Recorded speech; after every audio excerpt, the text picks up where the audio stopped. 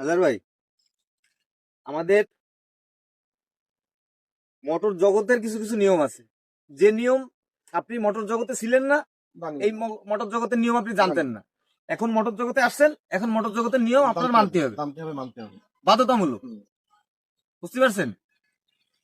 আমাদের চাকা যদি এই যে এইখানে চাকাটা দেওয়ার মানে কি, আপনারা কি শিখাইতে চাচ্ছেন? এইখানে চাকাটা দেওয়ার মানে কি, তাই না? এই জায়গায় চাকাটা দেওয়ার মানে হচ্ছে আমাদের গাড়িতে, এই যে প্রাইভেট গাড়িতে, সাধারণত প্রাইভেট গাড়িতে চাকা থাকবে, যেমন এই ছোট প্রাইভেট গাড়িতে চাকা থাকবে 4টা লাগানো, আর একটা থাকবে স্পেয়ার থাকবে। বড় গাড়িতে চাকা থাকবে 7টা, যেটা 6টা চাকা লাগানো থাকে, আর একটা থাকে স্পেয়ার। প্রত্যেকটা গাড়িতে একটা চাকা স্পেয়ার থাকবে। এখন নিয়ম কি, স্পেয়ার চাকাটা ঠিক করে রাখা সবসময়, বিপদের বন্ধু হইতি। অনেকে করে কি, যেমন এই প্রাইভেটের ক্ষেত্রে অনেকে হয় যে স্পেয়ার চাকাটা তারা ঠিক করে রাখে না।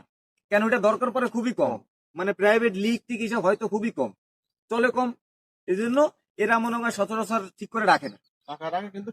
ঠিক করে রাখে না, চাকা থাকবে কিন্তু ঠিক করে রাখে না। একটা লিক হয়েছে ওরভাবেই পড়ে আছে, ঠিক করে না, লাগবে কিন্তু 100 টাকা, ঠিক করে না। এখন আপনি বিভিন্ন জায়গায় কোথাও গেছেন, গেলে আপনার একটু লং টাইমে যায় আপনার চাকা লিক হয়েছে, তাহলে আপনার লিক হলো কয়টা চাকা?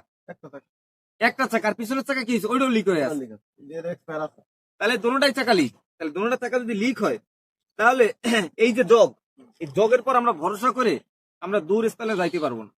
জগ পড়ে যাওয়ার সম্ভাবনা, একটা গাড়ি এসে ধাক্কা মারতে পারে, পড়ে যাইতে পারে, পড়ে যেতে পারে। এই জন্য আমরা কি করবো, এই জায়গায় বাঁধানোর কারণ কি, জগ যদি মিস করে তাহলে পড়বে রিং এর পরে পড়বে। অবশ্যই আপনার গাড়িতে লোক থাকা লাগবে এই জায়গাটায়। এবার আপনি এই জায়গাটায় আপনার চাকা লিক হয়েছে, আপনি যাবেন